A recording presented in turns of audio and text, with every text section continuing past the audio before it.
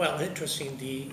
One of the emphasis that we put on leader development is talking more about the individual, talking more about who they are.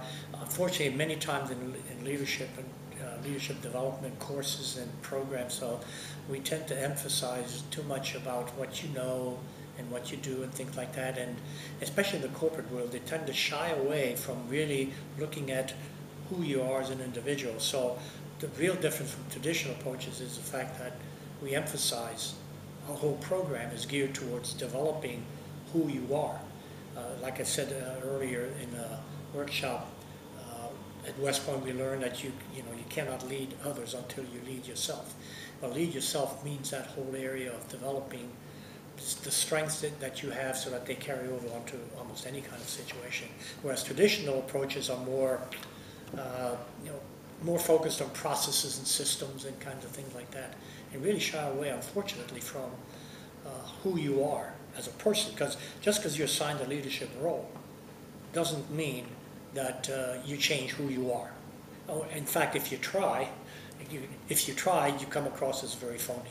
I would just add to that the one piece of a leader that it draws motivation out of other folks and gets them inspired to do things is really who the leader is. So to re-emphasize what Louis is mentioning about that be piece of it, who you need to be, that's the part that people rally around when they are pursuing challenges and overcoming adversity and so forth. So when you look at any environment where you have a leader and you have other folks working for that leader, the folks that you put on your team are going to be good. They're going to be very good at the skills they have to do. That's why you hired them and put them in place. And on a daily basis, that's not where the leader is really needed. The leader is needed to give guidance, direction, inspiration, vision, and responding to adversity. When challenges pop up, and they will, you need the leader to be able to guide the effort through that. And these skills that we're talking about here are the very skills that allow that leader to be self-aware, composed, self-regulated, again, to be that inspiration for others to rally around. They don't need to be tied to the other things that you hired people to do. They can take care of that stuff. They need you to be that composed eye of the storm, if you will.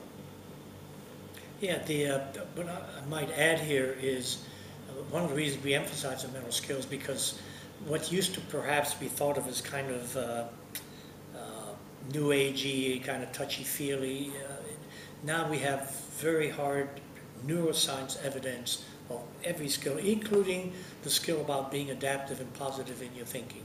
There's scientific evidence that shows, in fact, that's not sort of a new age kind of thought process, but in fact it's based very much on biochemical markers in our brain, and therefore you change that and you change a lot of other things. We use sport, especially sport, because it is the domain for, heaven knows, 40, 50 years, where the development of these mental skills directly relates to the quality of their performance. In the business world, we have to make a connection to leadership and leader development. It, in and of itself, is probably not sufficient, certainly not to justify expenditure of money and things to get involved in that kind of and then the military, because we all come from there, we can really relate to that. Back when we were young lieutenants and captains, we didn't know any of this stuff. We kind of intuitively, made our way through, but we really didn't know it. Absolutely, and it's a great example because in the military, the mental skills impact life or death, not just bottom top line.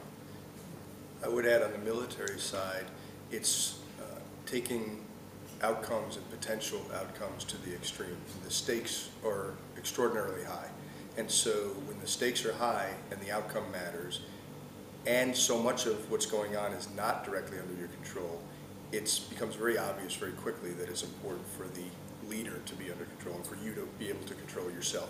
So it puts a magnifying glass, if you will, on what it takes to be at your very best when the stakes are incredibly high.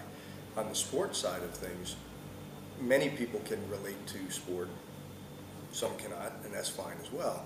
But what's fascinating is there's an obvious outcome. So, and there's also obvious behavior. So you can watch how people behave.